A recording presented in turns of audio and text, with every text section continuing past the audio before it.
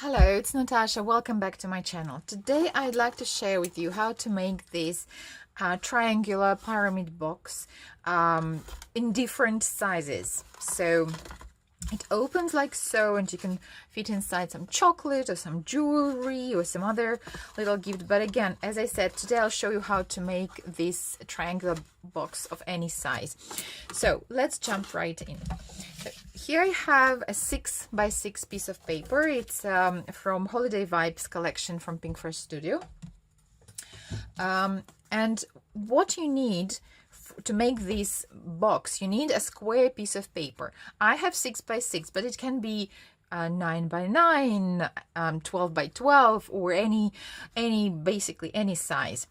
The important thing is that you need to divide this square into 9 equal squares. For example, so here I have 6 inches by 6 inches, so I will score my paper at 2 and 4. Okay, then I turn it over and I score again at 2 and 4. So this way probably it will be easier to see. So now I have 9 equal squares, which are 2 by 2 inches size. If you had a 9x9 piece of paper, you would score at 3, 6, and you will have 3 by 3 squares. So basically any size of paper, you just need to do the math and divide each side into 3 equal parts and score at the measurements that you need. Okay, so one more thing that we need to do. On each side, we need to, let's probably do it on the white side, it will be easier to see. So on each side we need to make to score a little notch right in the middle. So I have 6 inches, so I will do this little notch in the middle at 3 inches. Okay, so on all 4 sides. What we do next, now we need to connect these notches that we've just scored with the corners of the middle square. So this will be the base of our box, obviously, and now we need to create triangular sides of our box. So just score it, just try to sort of make sure that your scoring is neat and you really arrive at the corner of the middle square. Okay, so now I have it scored. I hope you can see the score lines. So you see the triangles. This will be the sides of our box. Now we need to do some cutting. We don't need these squares, so we just cut them off, and you can keep them for other projects or for decoration. So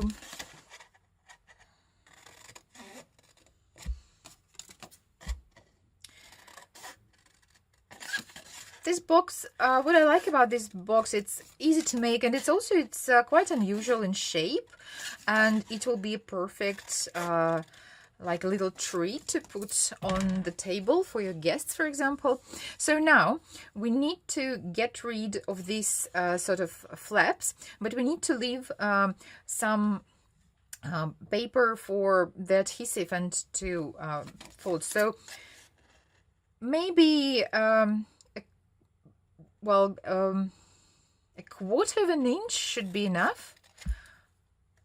Okay, and you notch it a bit here, more here, like so. Okay, so we leave like a quarter of an inch border, and we notch it a little bit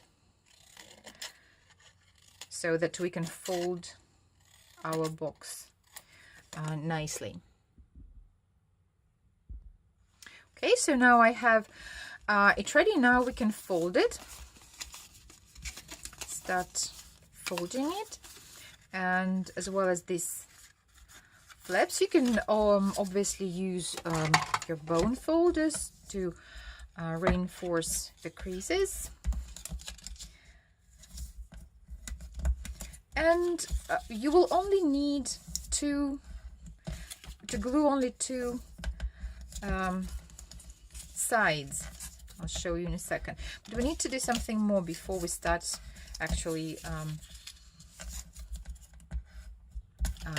assembling the box. So now we need to punch holes for our ribbon or for twine. So you can use a poking tool if you plan to use just twine or very thin ribbon, or you can use paper punch. So as I have a very small box, so I don't plan to use big ribbon, so I'll just use my 1/16 puncher. And you need to punch holes on two opposing sides. Okay. All right. So now we can start actually assembling our box. So you can let's probably adhere this. So we'll need to apply adhesive. Where's my, that's weird. Okay, couldn't, for a second I couldn't find my double this tape. Okay. Oh, yeah. So you need to adhere. So you have punched your holes on two opposing sides, and you need to adhere one side of this side with the hole, like so. So you leave these unadhered. Okay, so I apply adhesive to this flap, and I hope it makes sense. So just, but I'm sure it should be fine. I mean, okay, so we have adhesive here and here. Now let's just glue this side together. Okay. And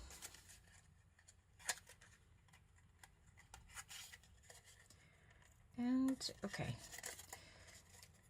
I'm sorry, you have to watch me fiddling with my score tape. Okay. Now, we need to insert the ribbon or the twine, whatever you want to use for to keep your box shut. So here I have a piece of twine, and you just insert it.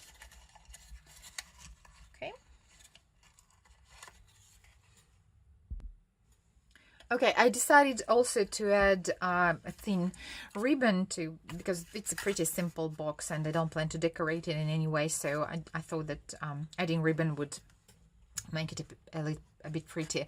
So the box wouldn't hold closed. Yes, even if you can try making these flaps on this sort of side a little bit longer, and maybe they will hold the box together. But actually I've tried making them bigger and it didn't work for me. But maybe maybe you can sort of try this. But that's okay that it wouldn't hold close, because once you tie your ribbon, it will keep it perfectly closed. So I don't want you to see me fiddling with the ribbon. I'll tie it and get back to you. Here is our box. So it's a small 2 by 2 inches box, but it will fit in maybe a couple of chocolate eggs, maybe for Easter, or some other little sweets. And I also made this box from a piece of 12 by 12 inches paper. So it's 4 by 4 size, and it's quite big, and it can fit in some a little jar of something maybe, but you just want to adhere maybe it onto a glue dot so that it wouldn't, you know, rattle inside of the box. And this box I made from a piece of 9 by 9 inches paper, so it's 3 by 3 at the bottom. And you can obviously decorate these boxes the way you like. So these two are just made from patterned paper, which is, I think, is a great way to use your patterned paper stash. And this I used some stamping. You can obviously use heat embossing or heat emboss a sentiment there. So for this box, I used a stamp set, which is one of my recent favorites.